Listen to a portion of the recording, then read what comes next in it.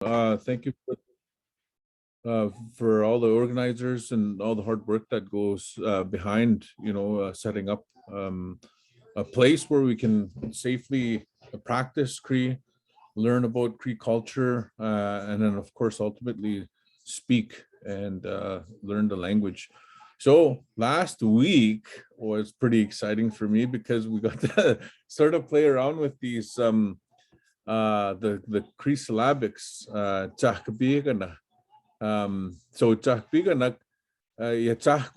so I should say.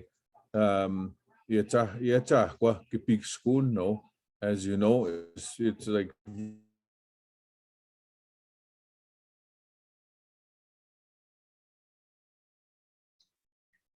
I think it might help if all of us could turn off our cameras. I know Dr. Lewis was experiencing. And I think this is sort of like for all languages as well. It's like when we have a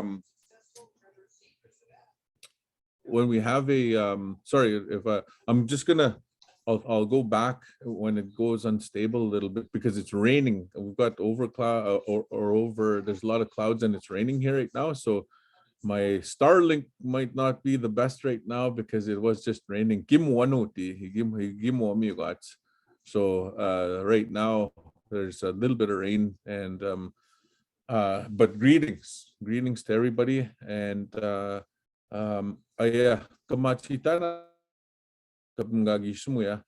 and I like to always start out that way where we can pray all together, praying communally for all of our home fires, and pray for our learning journeys, and also praying for all these beautiful things that we're using in terms of technology, that they don't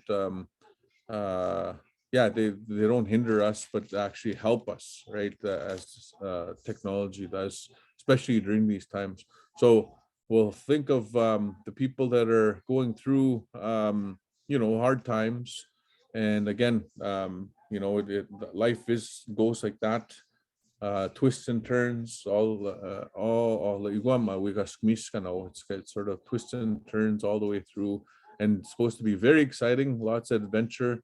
And maybe that's what we'll pray for tonight. And then also, of course, our relatives across the big waters, not to forget about them, and to make sure that there's some sort of peace that happens, right? So wana no tsumip na naskumu ano tsumgagis kaghaga kyo ibn paksihta ya pikskun nihiaun nihidaun ninuun mami ya nistanan ka mamiwa pachihta ya mina mampani chigannan ka we sips skisya ya pikskun that's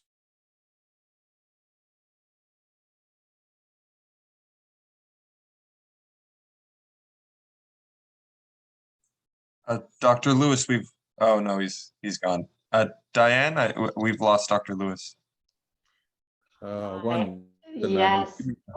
Agamaski utimi no tano kaigi go kap maya kamga maga wisto au miui chitu on kap ma pachista chik mamo mo nip na naskumta no ta mo apska gupin augista na kap mai wipin kistep na naskumta da wisga minaga magagonoim na no pegna wasu ni go negituin kia kau naman gawin agatu hinip na naskumta gwamutse minaga kiwas gam gap maya igno kumagan na nag hugisu ko agad tayo kanagakyo kap nanyugatig kap mapihto pisuig kap saguig kap nimihtuig kap ngamuig gakyo muy gagitipuit nan maga pia ko nagsisagakyo ibnits na mata gaki kap manu kunoy kap mamutips kan siya no sumagis kagay hype might thank you for that.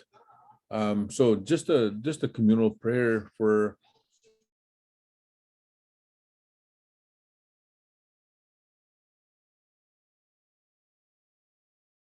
everything.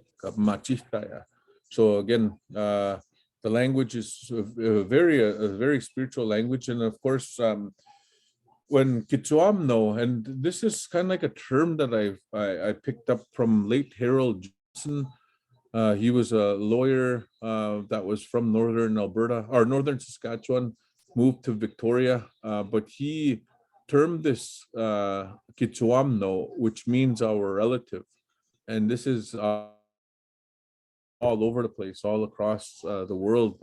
And as the saying goes, the elders did know that the people were going to come here. They were all going to convene here, and how complex it was before they arrived. That we did have writing systems. We had astrology, we had engineering, we had science, we had math. Right? We had all of these things that were here already, and these are the things that I'm committing to learning and sharing as much as possible, but also privileging our languages and giving a space where we can privilege our elders and the way we do things, to be open and not be shy, because again, that's on my shirt right now. These are things that I want to make sure people taking care of themselves. We take care of our families and our home fires. And so again, we might be getting triggered sometimes. And there's this new term. This is really a new term, and this is I have to acknowledge Jody Hool and her research. She is all constantly opening my eyes to transgenerational trauma, these things that sort of like when you want to speak you get kind of choked up, maybe it doesn't sound right, maybe you get shy, because there was a lot of shaming and there was laws against our languages, right? There was laws against us being us, right? So this space that we've created virtually here, I always try to say to be the opposite, right? To show our love and to show the beauty, but also not to be overcritical, because there's so systems that are out and right in your communities, right? Privilege that, and then everything will go better.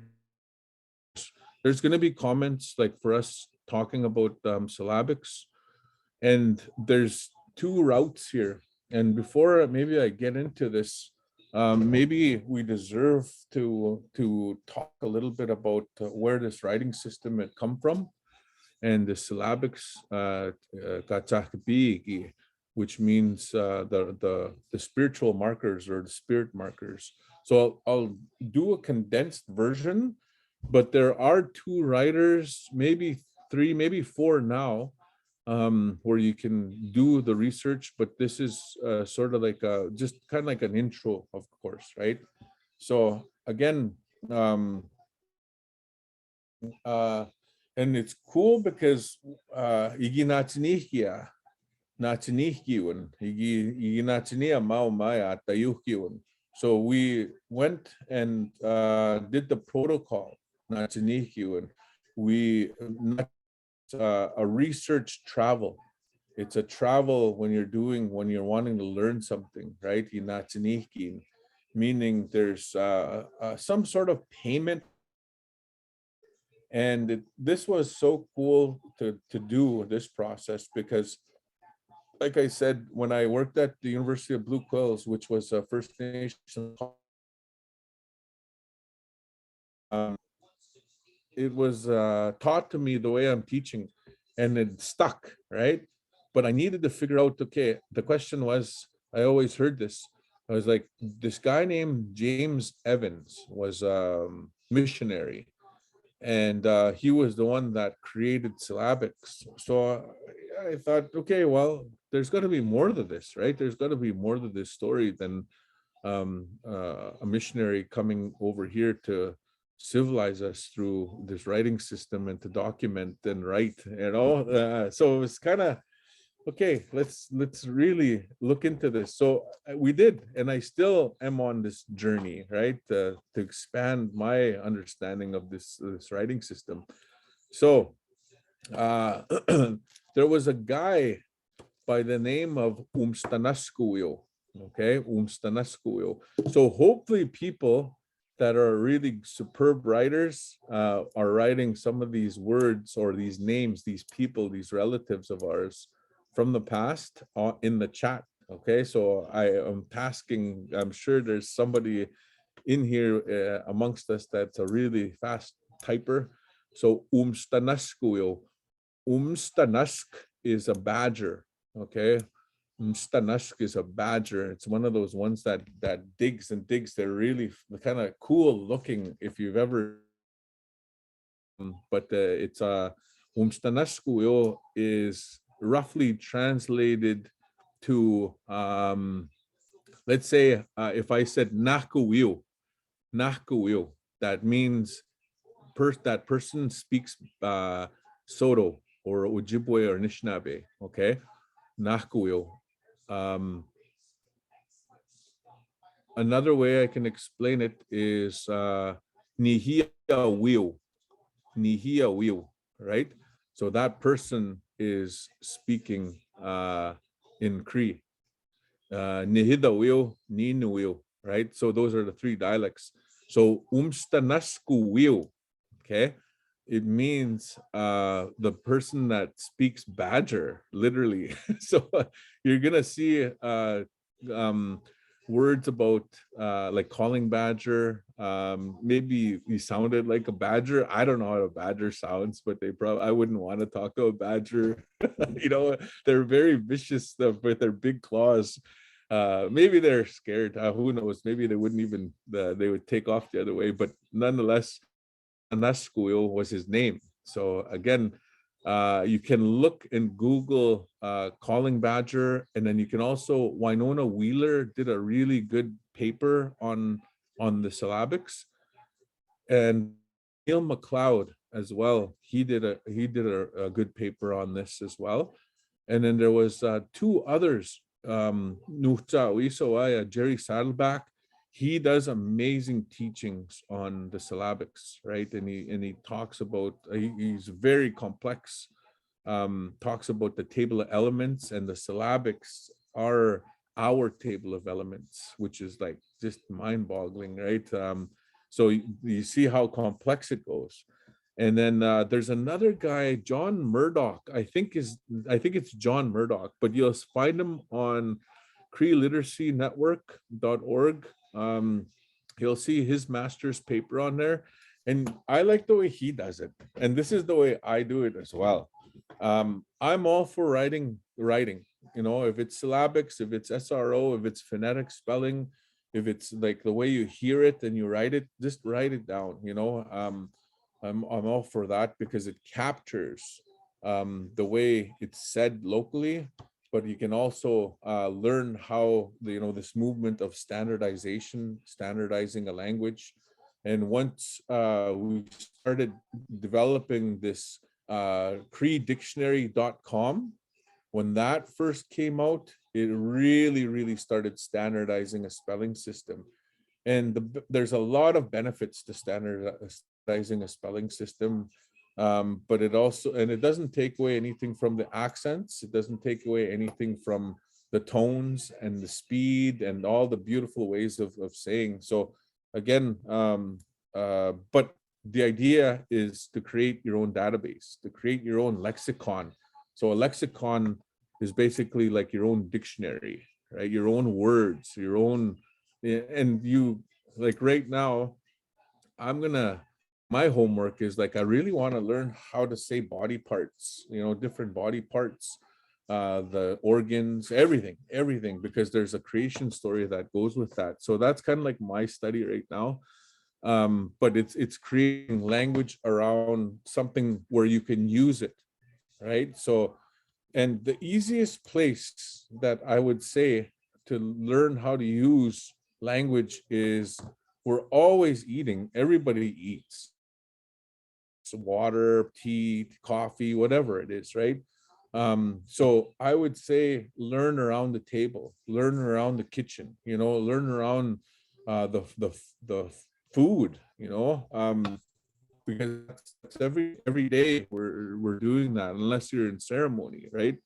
But even then, or sooner or later, you're gonna be eating or having a feast or something like that. So again, that's the Master-apprentice program, the MAP. That's the acronym MAP. So you can hear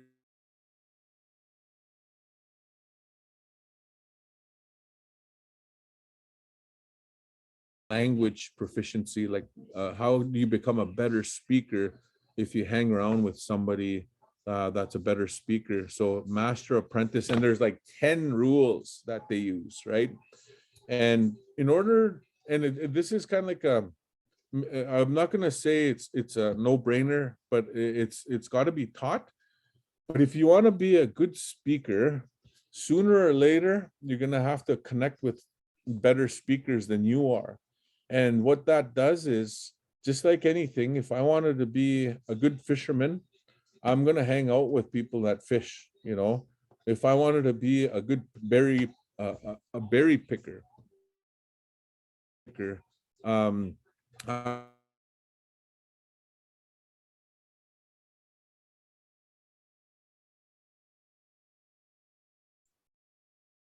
We've lost him again.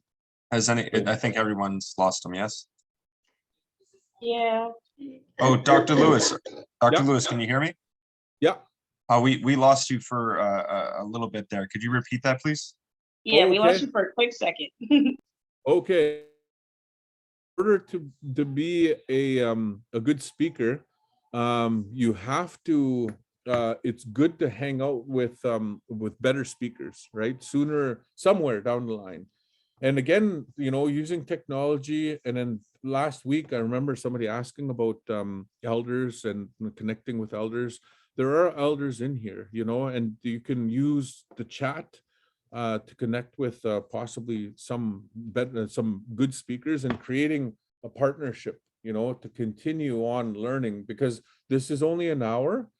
My suggestion would be to connect with you know, somebody that you trust, somebody that you want to sound like, somebody that you know, that you of course will deliver a better speaking capabilities out of you, right? So again, there are 10 rules, and this strategy, a methodology, this was used in with the California First Nations down there, or indigenous people down in California. But BC have also done amazing things with using MAP, all right, Master-apprentice. So again, you can just Google it, and there's like documents that BC First Nation languages. I can't remember what their title is, but they're grouped and they do amazing things. So there are different things out there that you can use and utilize. So again, now going back to this the story, and maybe this is where we can share a little bit of it, just to give a quick overview. And I won't go into like really specifics, because there are specifics. But the coolest thing, this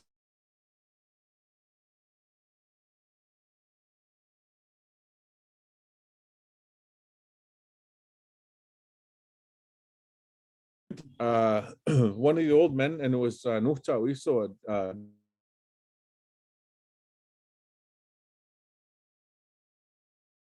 Wagans. And that's how much it costed him, was one matchstick. And I was thinking, what the one matchstick, you know, like, wow, what's the deal with this? So, and I want to go back to him again to have other discussions, because when you learn something, you know, it's like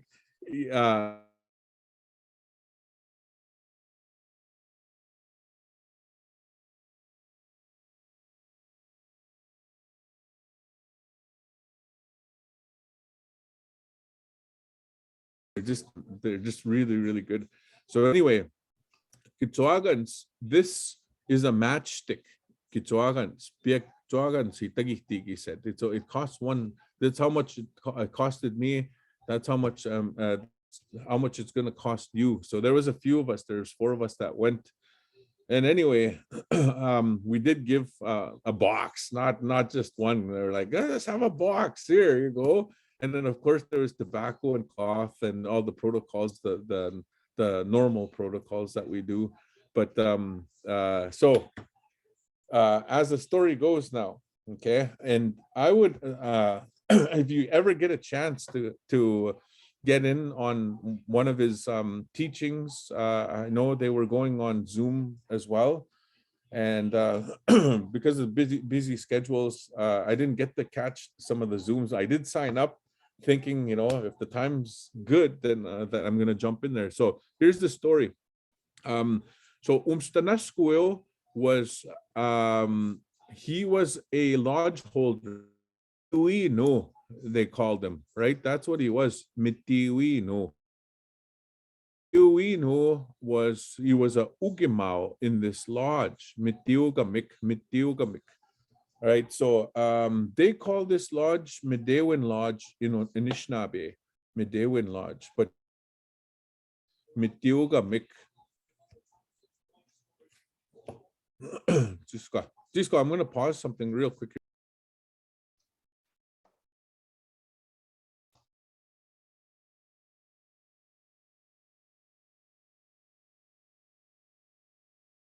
I think we're okay. There we go. Hopefully it doesn't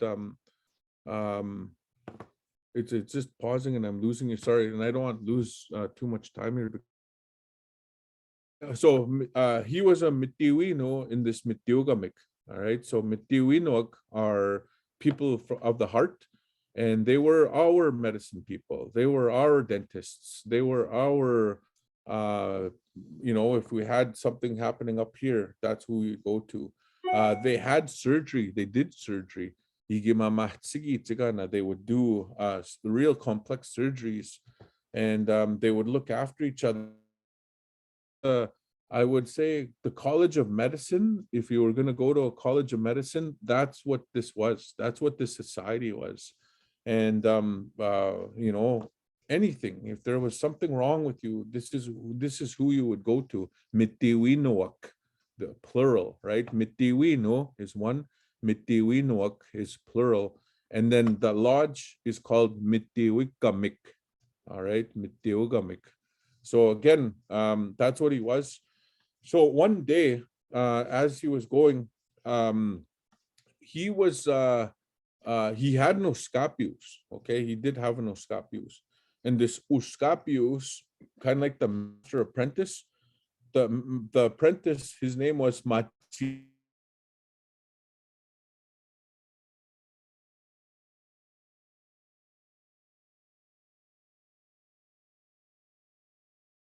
That was who he was mentoring, right? That was his apprentice. So again, all these old people, all the old men, all the old ladies, all the knowledge keepers, they have mentors, that they have people that they're training all the time, right? So that was the scapius there. So one day there was he had a teepee, and then there was something happening in his own teepee, and meaning his door flew open. It flew right open, and he walked in there, and he went, and there was uscapius, and the way it was explained to me was he was kind of like the color turquoise blue, like that color. And he came there and he said, "Oh, umstanasco, nyugisigaw, newtipsigaw, ipinatan, wawiso." Meaning 4 days, 4 nights, get ready, I'm gonna come get you. You've been summoned, there's people that want to see you. So again, so he went out because of this messenger that was dressed in blue, that looked blue, like turquoise blue, come in, and was a visitor. And he got his elders, the 4 women and the 4 men. So They were there fasting. They were started their ceremony, and because of this, this visitor. So again, fourth day, fourth night, kawasamin kapio utio hasta musquahtim, right? It blew open again. It was the grandfather rock in human form that came in and said, "Oh, right? Come, let's go." So, so he walked out with him, and he says, "Come into my bag right here, and this is where I have to take you up here. You have to jump in." And this I was really big, as the story goes, to jump into his his bag that he had there on his belt. So he jumped in. He was taken to this place, and where he was taken, he says, "Go in." They're waiting for you. So these are a few of our relatives that were in there, that were inside this lodge where he's been summoned, right? This pretty important meeting, not to be missed, right? So he was ready. So he was in there, and then the first one, Tam Squat, Wisagichak, right? Everybody knows who Wisagichak is now. Hey, that's hey, tawao, right? So they're greeting each other. Next one. Next one is find this one, this guy's story in Bloomfield's books, some of his writing. His name is Pipe Wanganahta, the one that. So that one there, you can see and write. You can read a lot of his stories. He's in there. The whistle barrier, I think, or the flute barrier, I think, is what the title is called. But you'll see it's written in SRO, possibly in syllabics, but SRO. But that was the second one that he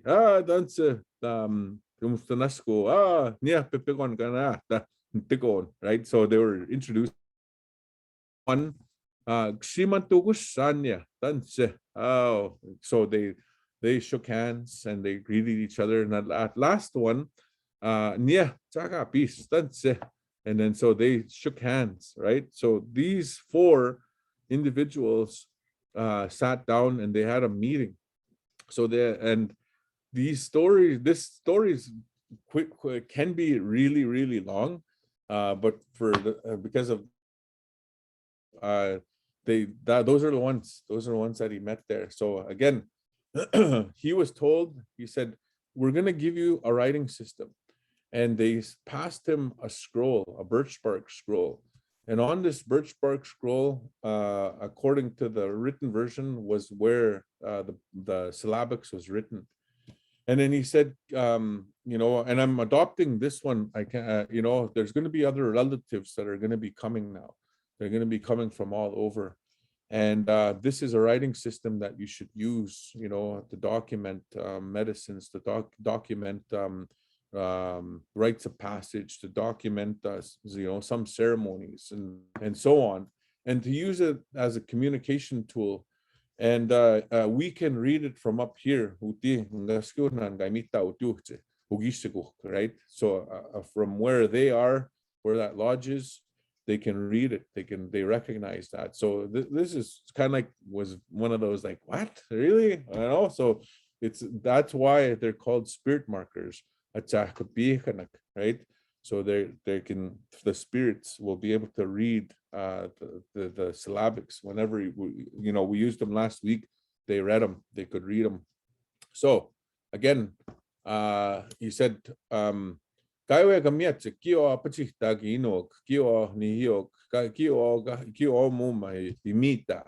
ones that are giving you this. But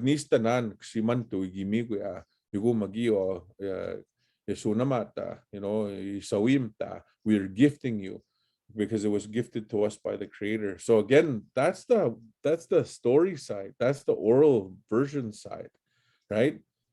John Murdoch, if you read his master's thesis, he talks about sort of laying out like this, and he says, okay, he doesn't, he acknowledges James Evans, Reverend James Evans, he acknowledges him, but he also says, I'm not convinced. The only thing I really know is that he did create the first typewriter to mass produce hymns, to mass produce Bibles, to mass produce his word, his prayers and whatnot. So that's what I think as well, because the story is really complex because of those four, the ones that that were involved in this giving, right? This blessing, this gift of writing and using these syllabic systems. So it's up to you. It's up to you the way you want to interpret. But I still think, and I know by my own walk, that Nuhkumoa, she uses and can read and write syllabics, and her memory is really sharp. It's really sharp. She can remember numbers, and she remembers phone numbers, cell phones. Phones came in. She's just she's gonna be 87, 87 pretty soon in a couple of months, and her memory is still very sharp. She can still drive, and so again, that's real time. I know, I know that it keeps the mind sharp. Now, the other one that I want to acknowledge, that the other old man that's not with us anymore, but he was, his name was Piasiwi, and he could read, write syllabics. He read and wrote syllabics. So he's another one that I remember him having such a good memory that he could sing a song. If there was a song for the wind, boom, he would know it. If there was a song for Nyanims, boom, he would know it. If there was a song for Xinapiosni, he would sing it. Just tell him to sing a song, and his memory was so sharp well into his old age that he could just, he just knew him right on the spot. I saw that. I was around that. So again, if you want to use these geometric shapes, these angles, and the way we put them together, it's just beautiful. And it's people are getting them on shirts. People are getting them on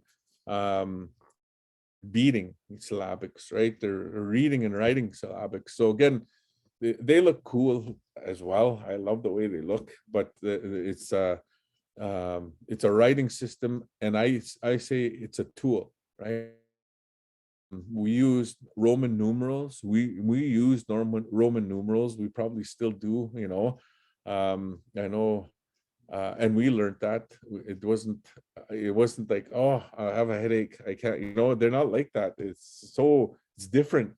When you were learning them last week and started to write and read, put together a few words, no, I don't think anybody went, oh, I have a headache, oh, that was so hard.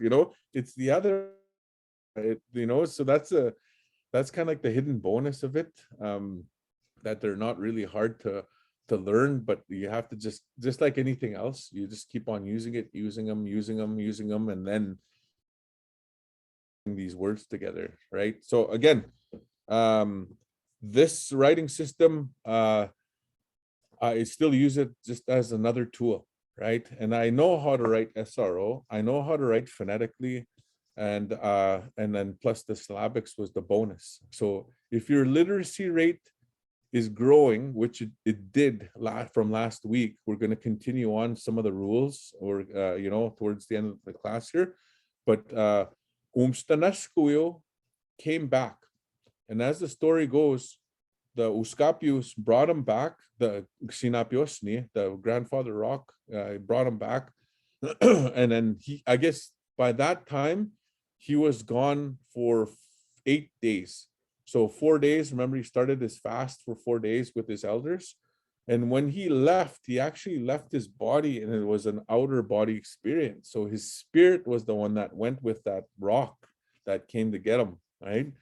And in spirit he was gone. So people, the ones that were there just saw him kind of laying there, he was still breathing. And then when you press like the fingers, and this is when they pressed the fingers, the blood was returning. So he wasn't dead. He wasn't expired, or he didn't go on, right? He was still very much alive, I guess, but without spirit, I guess. So they just left, and they kept in prayer. So they stayed there for another 4 days. So on that 8th day, he came alive. He started telling this story and how about this writing system, and he started writing and sharing. And like our phones, like our Zoom, like technology, it took off. Everybody was teaching each other. Everybody was so fascinated about this new writing system that there's a lady, Dickinson. I'm gonna quote her last, Dickinson.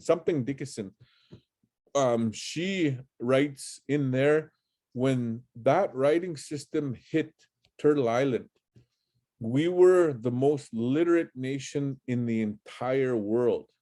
Okay, that's from her book, First Nation something. I usually have a slide that has like the page and but she, and this is in Africa, all the different nations in Africa, we were more literate because of the syllabics, because of how far and how fast it took off.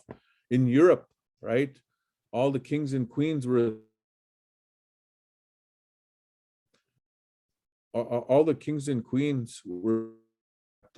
knew how to read and write. And then in China, in Japan, in Asian countries, all the priests and all the emperors were the only ones, the higher up the classes, they were the only ones that were reading and writing. And this was about the 1800s, okay, 1800s to 1840s, 50s, around that time. So this time frame, that according to her research, we were the most literate at that nation, because everybody, all the kids, all the elders, everybody took off with this new technology of writing in syllabics.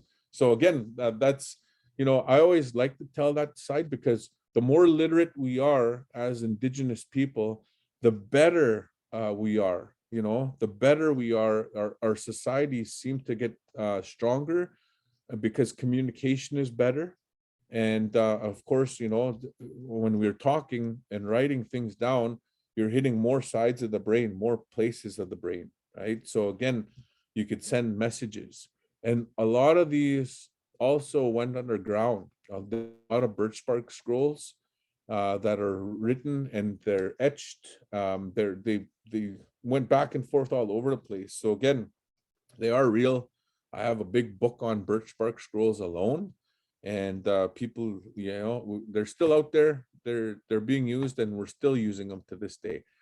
Side note, on the Canadian $50 bill, and I said this last week, and there is syllabics on there on the $50 Canadian dollar bill. All right, so I never have $50 on me, so somebody's gonna have to show it or volunteer some money bags in here. All right, so again, maybe Diane probably has a couple of 50s there that she could. Hey, see, told you. Okay, flip it around. I never have cash. Flip Okay. it around the other side, and on the boat, on the ship, see if you can see syllabics on there. You see them?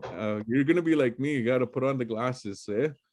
But on there, there's syllabics, and it means I think it's in Inuktitut. See that? Yeah. Yes, I see it. Yeah. So you can Googliptamuk, right? Googliptamuk. Googlipta, wow, $50, and then you'll see it. Maybe even Google $50 syllabics Canadian or something like that, something, one of those things, but it'll show up there. And I think it means it's translated to Arctic. That's where the Inuk are, right? Our relatives up there. But isn't that cool that there's syllabics on there? So it's amazing. Just a kind of like a side thing. All right, so Now, there it is right there. There's another one right there. Yeah, it's right on the ship. There it is. Thank you for sharing that. All right. So now, in the story, Matimnatik is the one that takes over. Umstanashko, he had a long life, right? He had a really, really long life. And Matimnatik, after Umstanashko was done, he went ahead of us.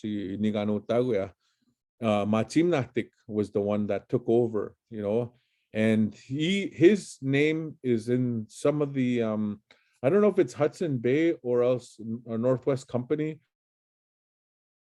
that were up in around Kinususipi, around Manitoba, right?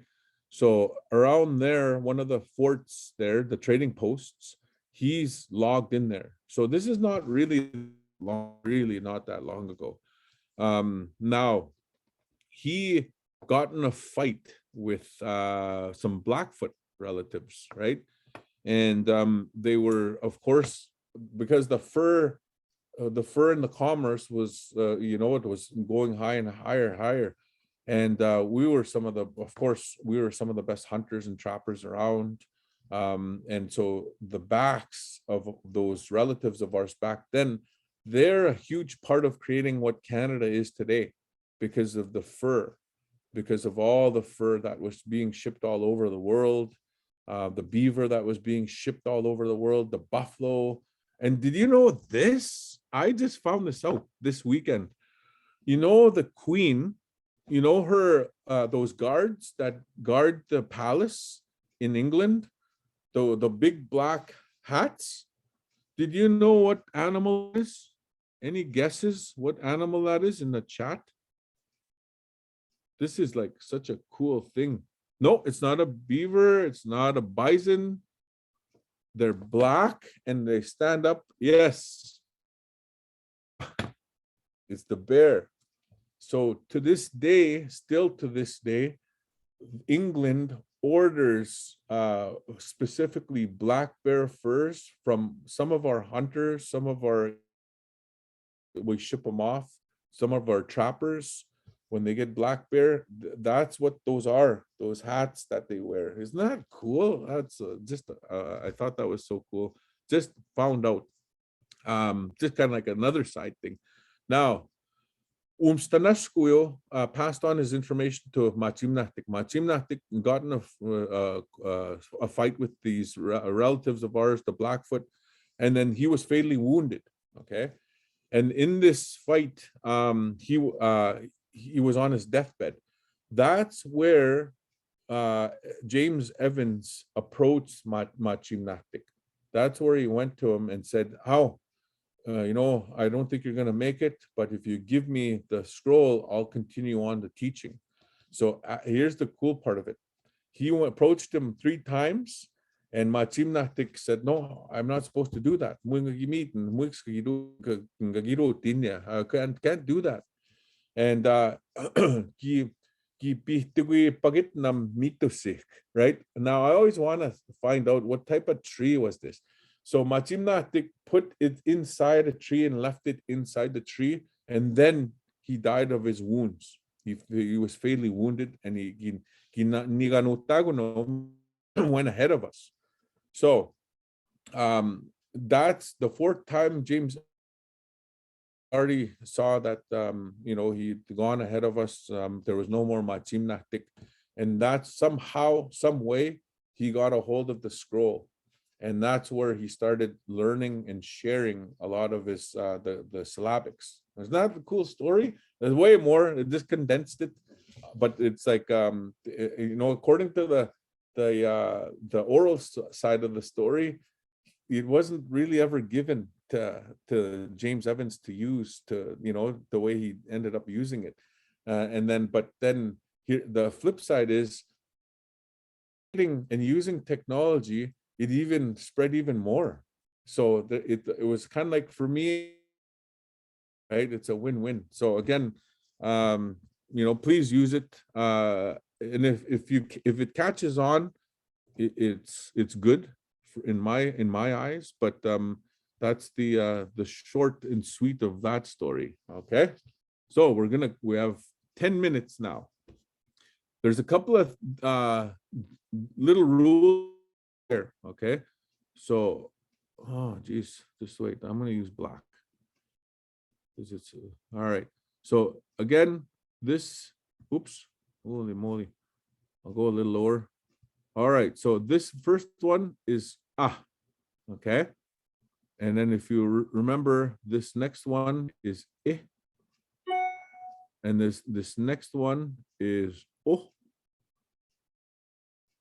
and then this next one is the sound a. Okay, now I'm gonna draw this one again down here, and then by putting a little dot on this side, you make it a wah.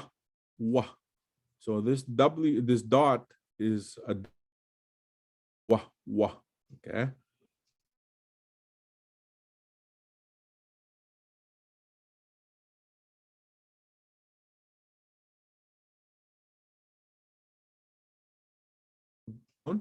And you put the dot on this side. Okay, that's wah.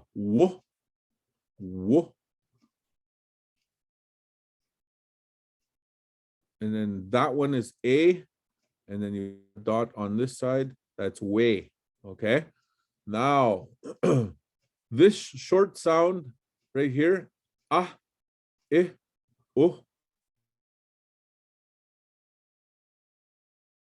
put it, okay, this becomes it's a long sound. Okay, and then this is but you put a dot right on top, that's e. And then put a dot on there, ooh. And then on a, there's no real, you can't make this there, it only makes that a sound, but I'll also come back to this one. Now look at this one, back to the W's here. So you have a wah right here, put a dot on top, and you make it a wah sound. We, wo, woo. And then of course there's no that only has that one sound, way. All right, now go into this one, we'll just fill this out. Pa, ta, be, oops, be, de, o, do, holy moly. I'll extend this one a little bit. A, B, D. All right. Me, ke, ne, se, ye, and je. I should have changed these, but oh well, whatever. I was trying to make my Google needs spare your change. My Google needs your spare change. I should have changed these guys a little bit. Maybe I'll just do that just to keep it common. Okay, I'll write it again here. Yeah, that's like that. And then se is just like this. And then going this way again, me, ke, ye, se, and je. And then all the sounds down here. Mo, ko, no, yo, so, and so. Right here, maskwa, pointing to maskwa, ma. So this first one's going to be ma, na, or mahka, sorry.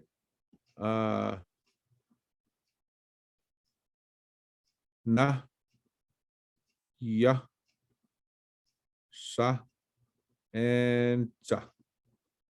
Okay. All right. Now, let's see if I can extend this. So that's the start chart. And then if I put the dots on top, of course, that's going to be the the long sound. So this over here, and I'll just use this one side because of time. So this is meh. And by putting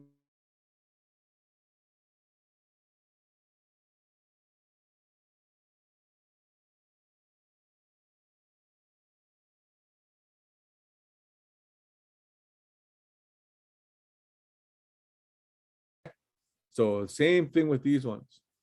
All right. I'm going to do N consonants now. Okay. And there's another little W trick, but we'll wait for that one. All right. So this, I'll start out with this one. This is T. And then this is B. And this is K. All right. This next one is Si, or S, I should say, sorry. This is T, B, G, S. All right. And then this, a line like this is Ch sound. This is M. And this is N. Huck sound. And then this is Y sound. A plus, that's supposed to be a plus. Holy moly, just wait. Plus sound, plus, there, it's a little bit better. Let's see. D, B, G, S, Ch, M, N, Huck, Y, W. A dot, of course, is that W. And then a circle that is also a W. Okay, it's like a little O. Is there any? Oh, okay, I forgot this one. We'll put it way in the front over here. This is a H sound. So, okay. All right. Now, how I remember these, and hopefully these are all of them. Oh, no, there isn't. We're gonna do this ones too. This one is L, and this is R, just in case there is an R and an L sound, okay? So how I remember these are my mnemonics. I had to figure these ones out. Okay, so this is H right here, the H, and then if anybody knows how to write T, cursive writing, what the heck? Why did that do that? Cursive writing, you go like this, right? You angle T, all right? So this angle is the one that reminds me of T. And then this P is the straight down, but then this little part. That's how I remember this. That's a P. And then this here, this angle like that, it reminds me of this K, okay, that angle. So H,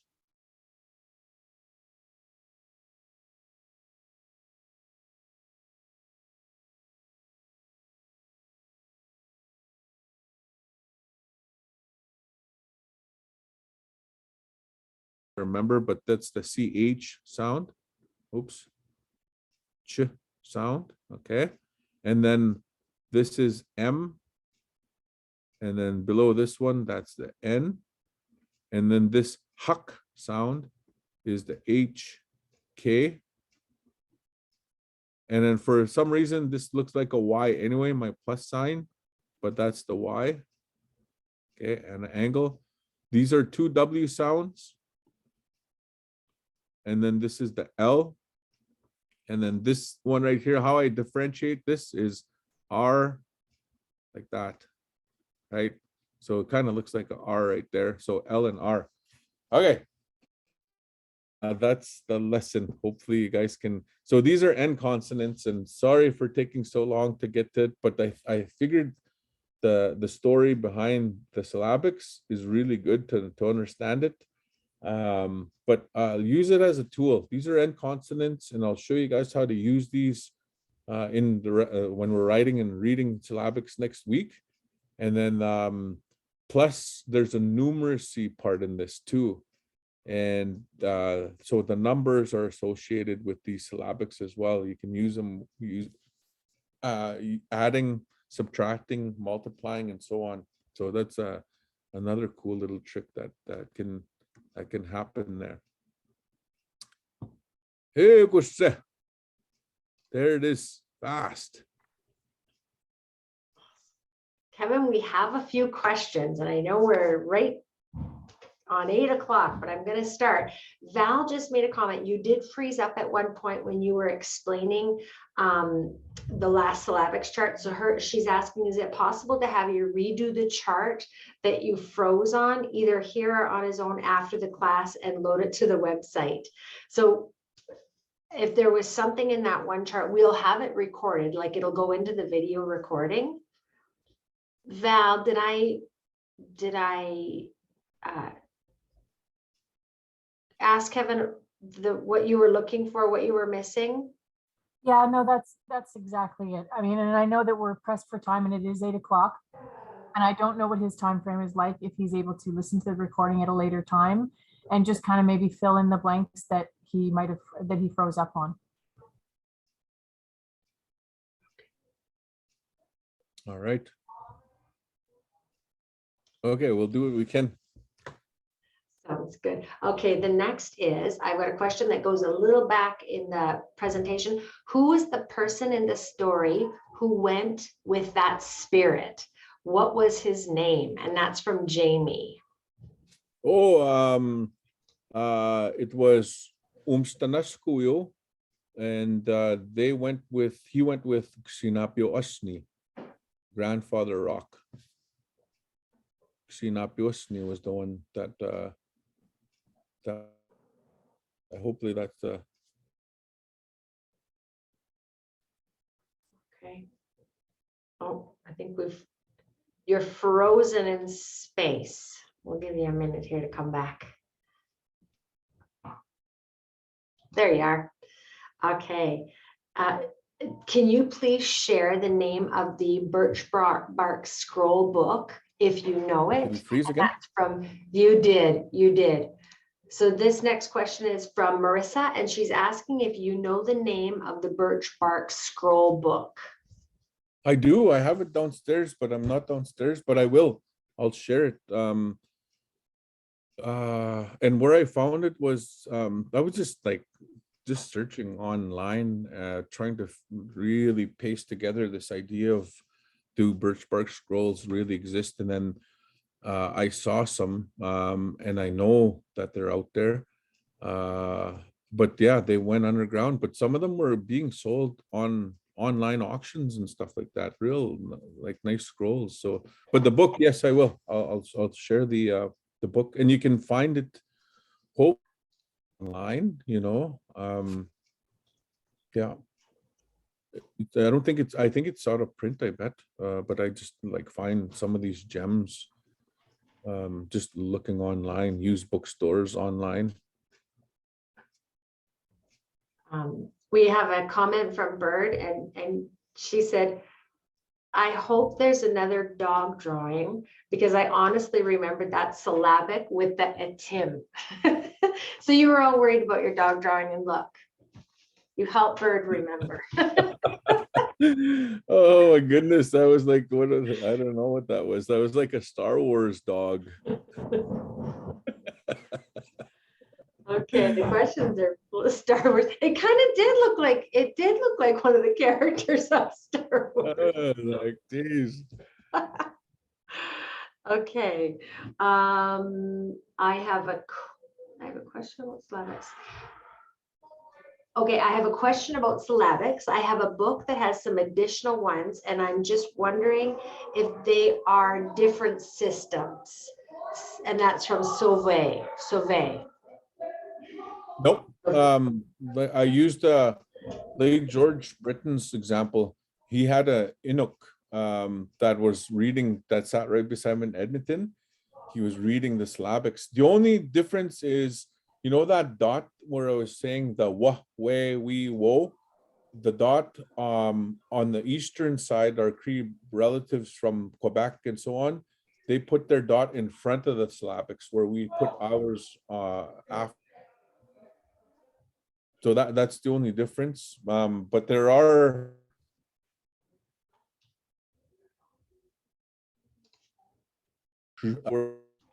have those sounds. So they've added those on there. Ra, re, re, ro, and then la, le, li, lo. Those ones are on there too.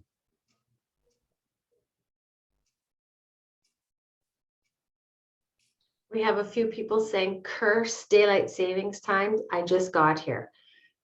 So that I curse daylight savings time too.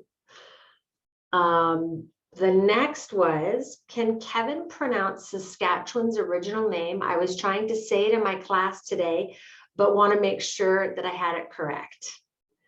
And Saskatchewan, yeah, meaning swift flowing water. That's from Rebecca. Okay, yeah. Kasiskitchawak. Kasiskitchawak. Kasiskitchawak. The one that was fast flowing.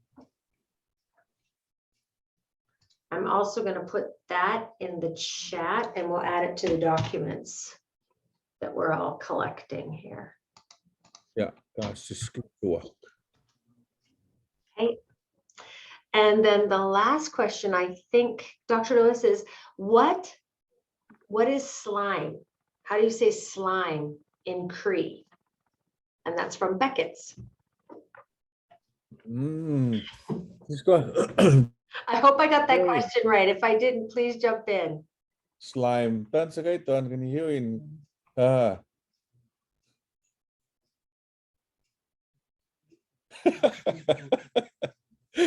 What kind of slime? Like depends. Like the New York slime, like like a Ghostbuster slime. Beckett's, do you want to jump in? Like, I'm trying to keep up with the questions. yeah, slime, like fish Oh, is slime. it smile? Was it Oh, smile? Okay. No, maybe oh, smile is, yeah. So someone said smile is papi, oh, yeah, papi, pepe, papi. pepe. Yeah, papi. By the looks of it, I think she means like a kid's slime. Oh, like that right there. Yeah, this kind Oh, of slime. yes, slime. Oh, there. Ikaw sika, tsaka Maya. Tas kusa na yo. Kumano magaw kamu susita, tsaka matan sita ko katina. Niyo igataman. All right, that's a good homework one. We're gonna think of that one, okay? Because that's everyone. Slime is cool right now. Everyone like different types of slime you can create and make. But that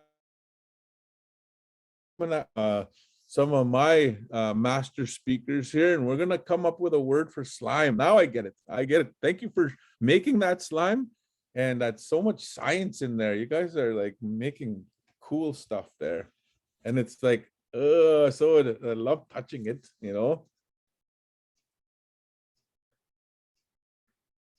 We are 8:09. Is there any? I think I've gone back in the chat. Oh, I'm not muted. I think I've got everybody's questions. But I see one EQ school in here. Needs one EQ school. oh, My fellow trapper.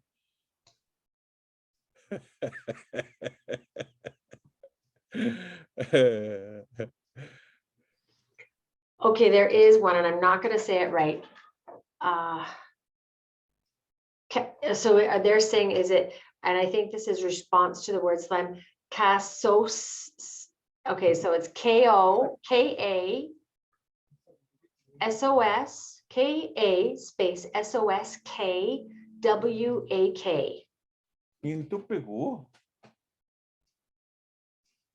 You know what? We're just thinking out loud here. Kapasagwag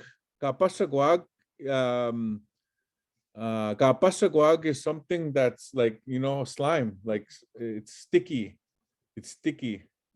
Kapasagwag. That's what I would call it. Kasuswak ma. Kasuswak would be that it's slippery, but kapasagwag would be more like how it, you know, how their little fingers were going through it. It's tacky. It's that kapasagwag. That's what I would call it. There, good homework. Kasuswag would be like slippery ice. So it's not really slippery, but it's slime and it's tacky. Of course, my kids are the ones that, you know, that everybody's making slime. It smells good. They do different sparkle slime. Holy moly. Kapasagwag. Kapasagwag. That's what we call it. Kapasagwag. Kevin, I just want to read one comment from Turtle. So thank you so much, Dr. Lewis, for teaching us. And then a thank you to us. Thank you to the elders here with us and ahead of us for making these lessons happen. I'm 17, learning with my 8 and 9-year-old siblings. Hi. That is so awesome. That is so good. And you know, so let's say I ran into I couldn't think and sometimes you have to approach, like I have the ability to just kind of turn and, okay, what do you think of this, right? And this is like daily we do this here because we're always trying to come up with words. So you can always ask, just like tan sigay tuan slime kanihiyawin, right? Tan sigay tuan turtle kanihiyawin. So that's a question you could ask somebody, just exactly like how I did, like right, just turn. I'm like, okay, let's do this. What would you call slime? Kay tuan slime ganihiyawin. That's a question you can ask a fluent speaker, and they'll throw things around. But sometimes it's funny because if I have like speakers, they'll start bouncing around words and they'll make them really long, really funny, real fast. And I'm like, no, that's too long. Who's going to remember that? So kapasagwag is kind of like my mom's really, like, gets really detailed. I'm like, no, that's. So my dad is really good at shortening it and like right to the point, really easy. And then this one, and I use this formula, and this is kind of funny, but kind of not really, kind of mean a little bit. But I had a boss. He was a sergeant one time, and I was a summer student constable. That was one of my summer jobs. And then I'm taking notes. They give me a pad, and I'm taking notes on everything. I'm just flipping through this little notepad, flip, right? I'm filling it out. And then the sergeant gave me this when I was in early 20s, and he goes, Kevin, why are you writing down everything? You know, why are you writing so much? Use the KISS theory, he says, the KISS theory. And I'm like, okay, boss, I'll do that. And so I don't know what the KISS. I'm like, what KISS theory? What the heck is this guy doing? So at lunchtime, we had the secretary, and she had her smoke break at lunch all the time. And I knew she would know what the KISS theory is. So I went out. I'm like, you know, Sarge, he said I'm supposed to use the KISS theory. And then I'm like, do you know what that means? I don't know what that means. And I'm kind of shy to ask him. And then she's in the middle of her smoke. Keep it simple, stupid, she says. So that I try to use that when we're translating and making new words, just like slime. You know, slime is it, and we need words, but they don't have to be this long, so they could be just bite size, and you get it. I can tell Google, I can say, "Oh my God, pasagwagi," and she'll get it right away. I'm like, "Oh, it is that way," you know, and she'll. So again, it's fun to use like hippopotamus and like elephant, but you know, make it this small. It doesn't have to be that big, but we can. That's the beauty of Cree. You can just get it real specific and sounding funny. But that's the fun part, right? You grow to that understanding. But that's so encouraging. You know, that last comment there, that's so encouraging that you're learning with your family, your siblings, like that. So agamimutan, right? We have to just keep on learning. there's just one last question from Anita, and Anita, you made a comment. How do you spell that question mark? And then how do you say that? So do you want Kevin to just put in the chat how you would type out or what it would look like to say, how do you say that? Oh, okay. How do you say it? Okay. I put kapasagwag. So I wrote it in there anyway. Okay. How do you say that? Tan se ka ituan blank blank. Oh, under blank blank blank blank blank.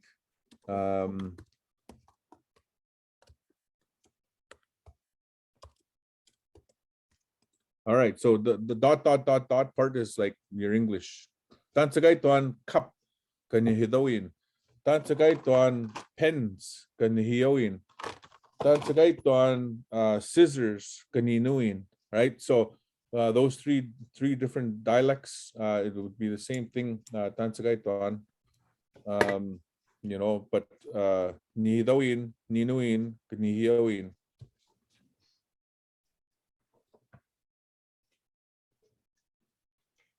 All right. Excellent. I thanks. You covered it, and Julia Sandra also covered it. So thanks, Julia. And we are at 8:16. We're right on time. So Right. thank you so much, Dr. Lewis. And next week is our spring break. I'm not sure what everybody else is feeling like, but we'll still be here.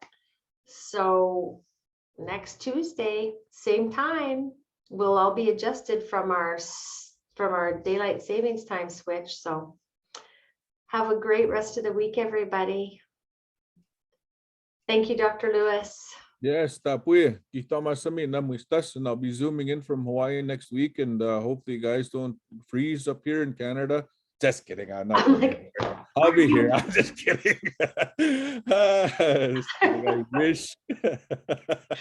like, take us with you. Hey, Jamie, that's it. He's a good puya, Yeah. Dr. Lewis. I'm kidding. I'm gonna stick in snow. Please. I love it.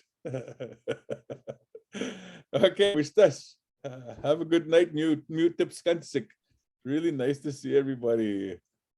Wistas. Good night. Good night. Nasaan?